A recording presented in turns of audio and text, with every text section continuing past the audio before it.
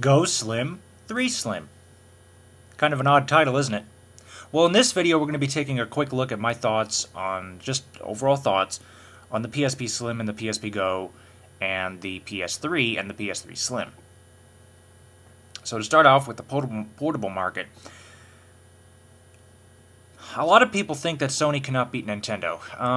In terms of the casual gamer, they're probably right. If you're the type of gamer that really never goes beyond picking up a game, putting it down every couple minutes, you know, then Nintendo's probably for you. Or if you obviously have kids, then there you go.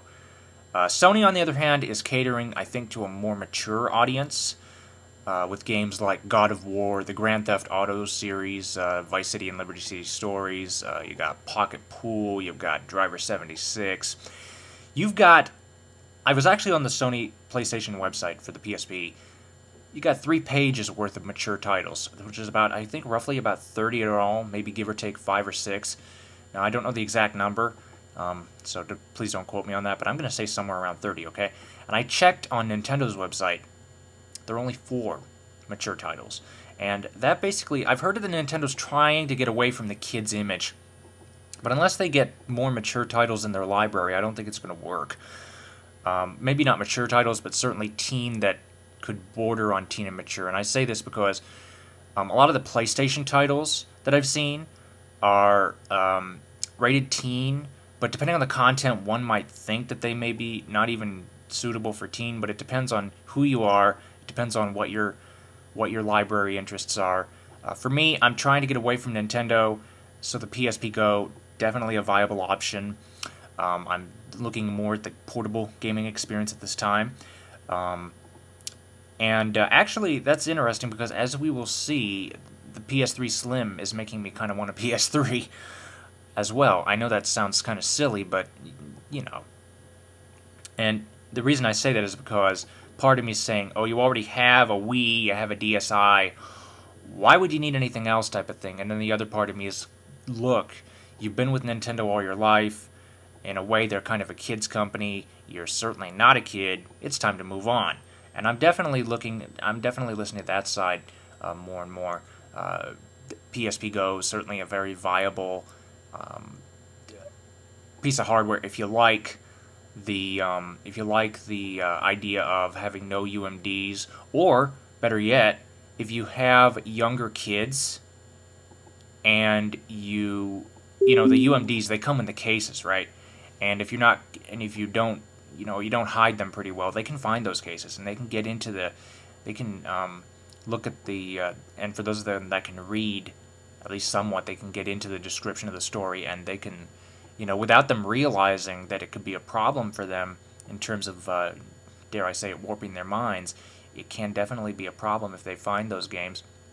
Whereas with the PS3, or the PSP Go, excuse me, you can, I saw in the menu system, it's going to be running the same menu as the PSP currently, and I saw the PSP 1000 the other day, and there's a security lock on board.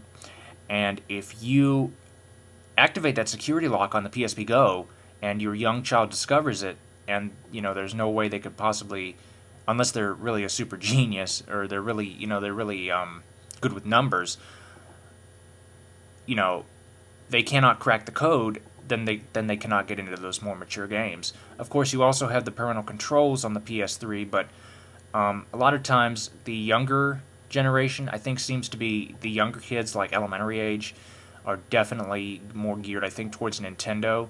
And I think same with the parents, because, I mean, heck, Mario lives in the Mushroom Kingdom. There really is no such thing as the Mushroom Kingdom, and the kids know that it's fantasy, and the parents, they're all comfortable with that. Whereas a game such as, excuse me, a game such as Grand Theft Auto does not belong in the hands of, certainly does not belong in the hands of minors, and I can see why Nintendo, that might be the only GTA game they ever have for the DS, and so I think that if you're looking for a more mature gaming experience, PSP Go is the way to go. If you want digital media, and if you want if you want UMD along with the digital media than the PSP 3000.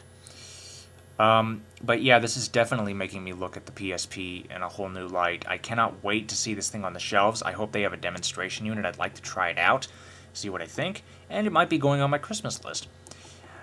Now then,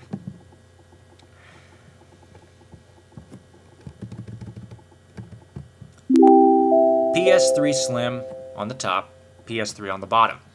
As you can see, they've shaved a lot of the fat off, and they cut the price about $100.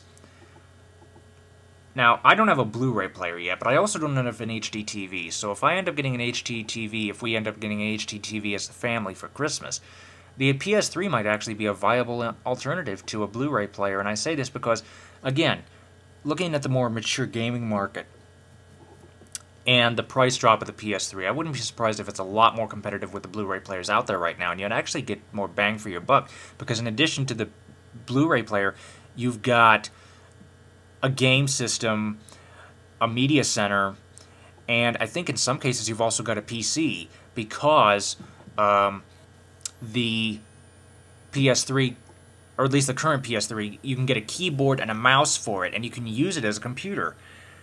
And I think that would be the case with the PS3 Slim as well.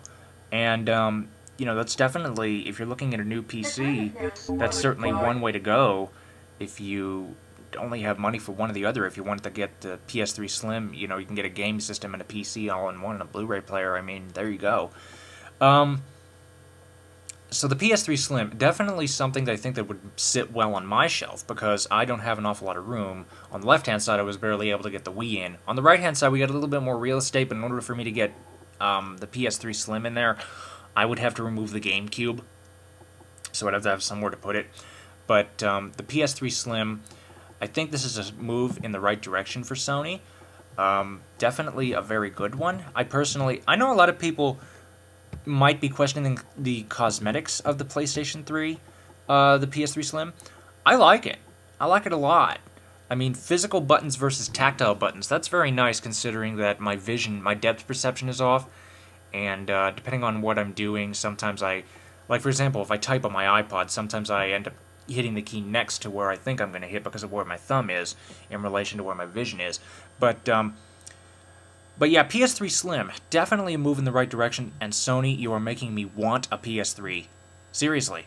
So, again, like I said, there's part of me that's still in the Mario market, and the other side that says, come on, you know, let's move on from that. And the PSP Go is definitely making me want that. The PS3, the PS3 Slim, possibly. I'd say that if you're not a PS3 owner yet, get the Slim. It's cheaper, it still has a lot of the same features, and it'll fit nicer on your shelf. If you're an original PS3 owner, unless you really need the smaller space, if you want something that's more compact, I would say stick with the PS3, because under the hood there really is no difference other than not being able to run Linux. So that's about it. So that's basically Go Slim and 3 Slim. Thank you for watching. Comments are welcome. Insults against me will get you blocked, and have a nice day.